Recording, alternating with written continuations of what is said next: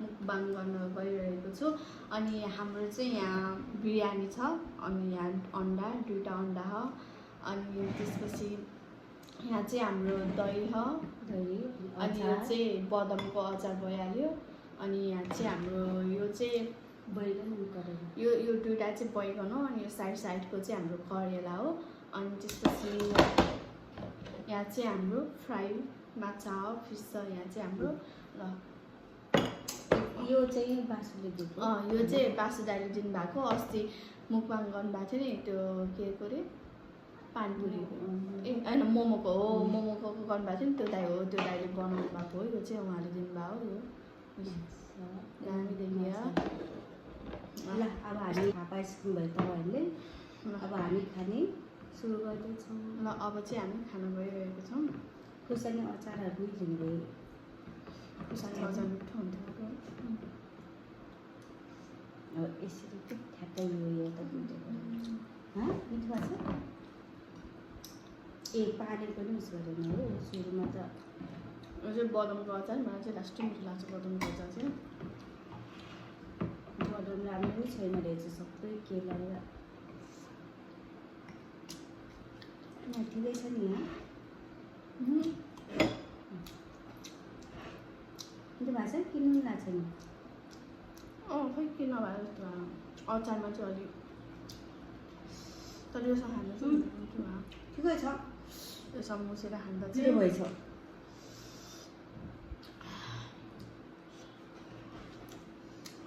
हाम्रो खानाहरू देखेको छैन तर दही अलिक साइडमा राख्छु।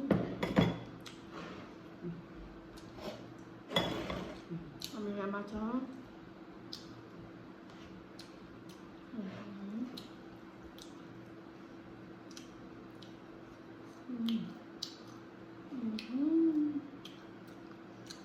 काँडा हेर्नु काँडा राम्रो खाना।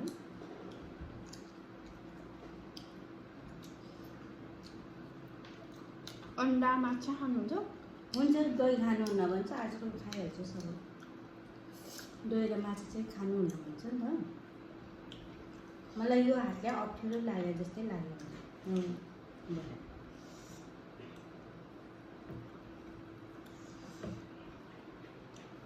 तर हेर्दा उ त्यो सादा जस्तो खालको देख्ने मिठो है। होटेलहरूमा बनाउने जस्तै छ नि त। आज चाहिँ नि हालेर न अन्डा करेला खान्छ। म चाहिँ यो ट्राई गर्छु त। हुन्छ छ खुर्सानीको अचार हाल्यो। यो चाहिँ के अरे मामु भेन्डी होइन, बैगन। ए बैगन गोलो होला। यो चाहिँ मिठो लागेन, यो साइडको चाहिँ दामी भएको।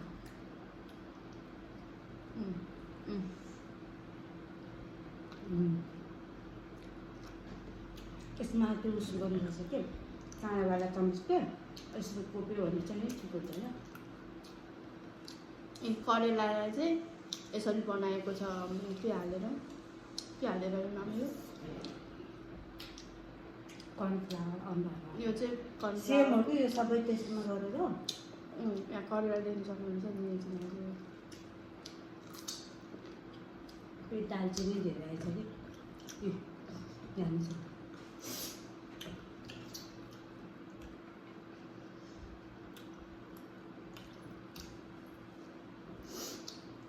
माछा मिठो छ। माछा खानु न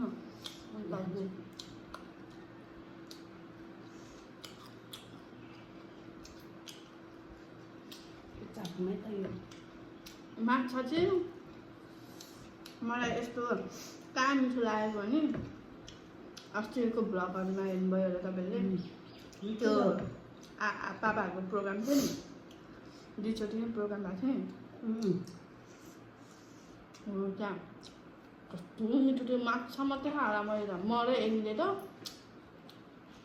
माछा मात्रै 4चोटि थप्न गयो, 4चोटि थप्न गयो होला। अझ योभन्दा सानो माछा रहेछ कि अस्ति यो लिइसकेको पछि देखेको त्यो झन् सस्तो रे माछा। त्यस्तो चाहिँ 285 कति हो त्यस्तो सानो मिठो हुन्छ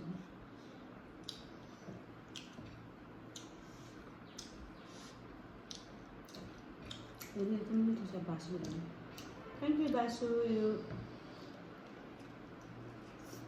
मिठो भयो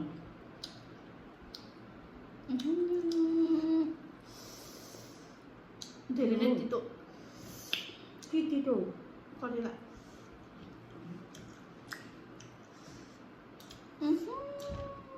करेला तितो त हुन्छ नि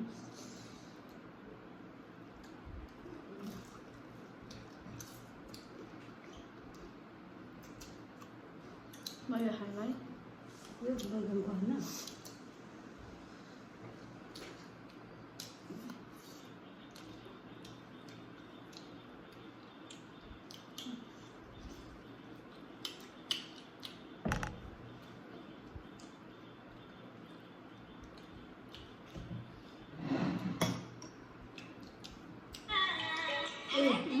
कपिराइट लाग्छ अन्त दुसरी हाम्रो त्यो उसको छ नि बजाउनु साउन्ड अफ गरिदिन्छ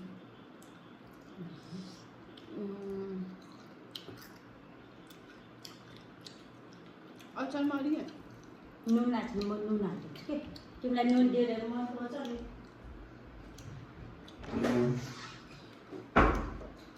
नुन धेरै खानु भनेर नुन नलाग्यो के अर्कै लागेको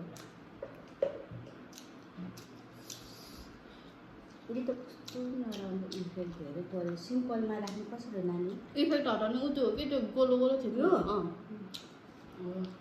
सिम्पलमा नि कति गोलो देखा अन्त नि छ्या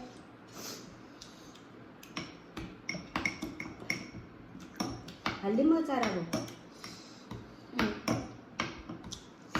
आजको चाहिँ हाम्रो धेरै चिलो छैन कि है ठिक्कैको बनाएको खस्यो निकाला भाषा ठिक अब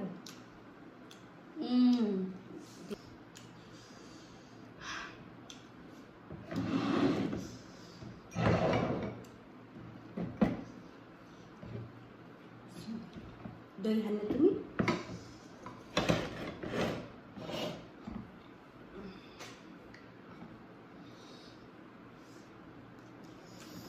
मिठो भएको छ किन यो यसरी समातेको परेन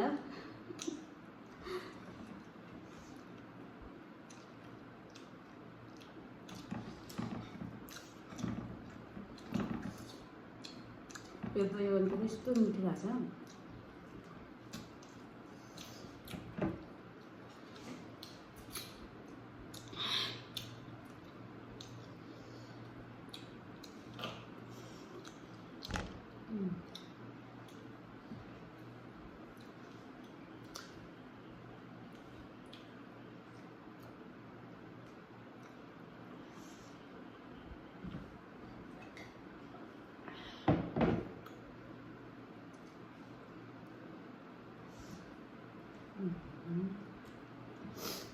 Ja.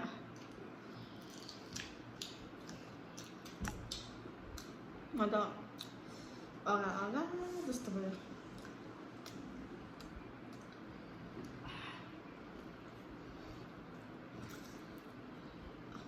अन्डा खाएको छैन तिमीले खान्छु अझै ठिकै भएछ अचार ए रायता बनाउनु पर्दो रहेछ है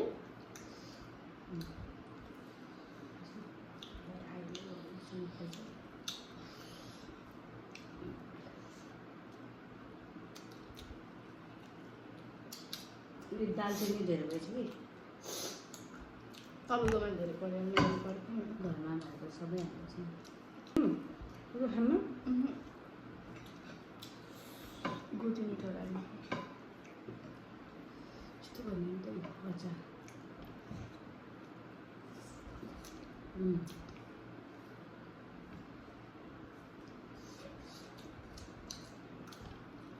बैगनको भर्ता यसरी बनाउँछ कि गोलोवाला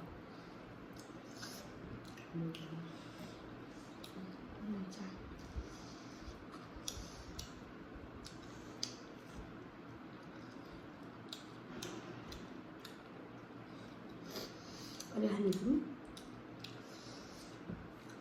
तपाईँ खाने हो मिठो खान्छु ए खाउँ न त के अचार होइन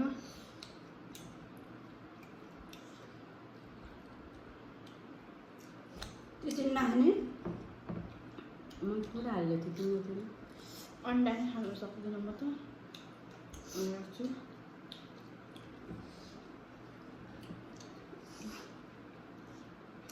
हाम्रो तिम्रो भिडियो अस्ति मैले भनेको 70 नानीहरूको हाले एकपल्ट 70 71 त त्यो रहेछ भिडियोहरू त्यत्रो दिएपछि भएको छ त्यो लाइकै आउँदैन भ्युज पनि आउँदैन प्लिज भ्युज गरिदिनु होला खै यता ल्याउ तिमीले नखाने भयो ल्याउनु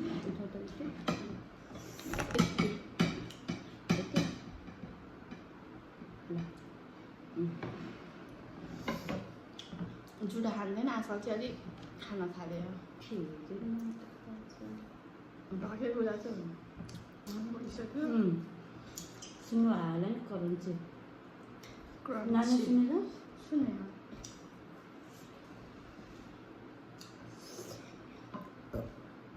सरी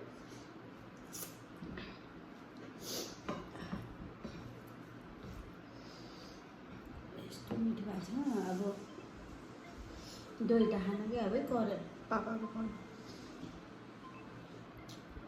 एकछिन आफ गरिदिउँ मामुले भन्दा पापाले झन् मिठो बनाउनुहुन्छ हेलो के थाहा खाना खाँदैछु म पछि गर्छु है ल ल हुन्छ ल भाइ ल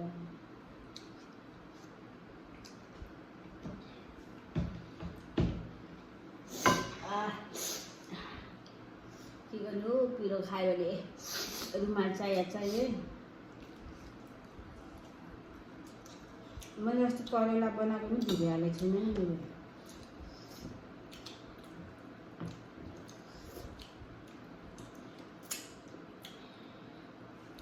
एकछिन माछा स्टप गरेर दही अच्छा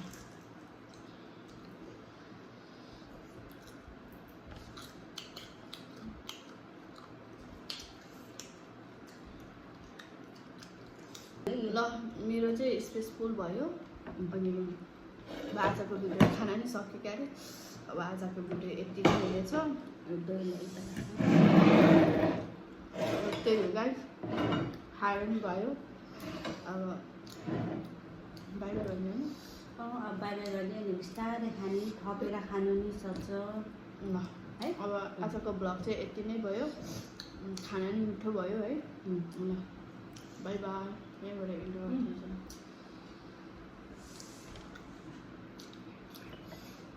लास्टमा मेरो बाहिर मासु ल्याएको अन्त दही खाएकै छैन अहिले खानुपर्दा दही चाहिँ लास्टमा ल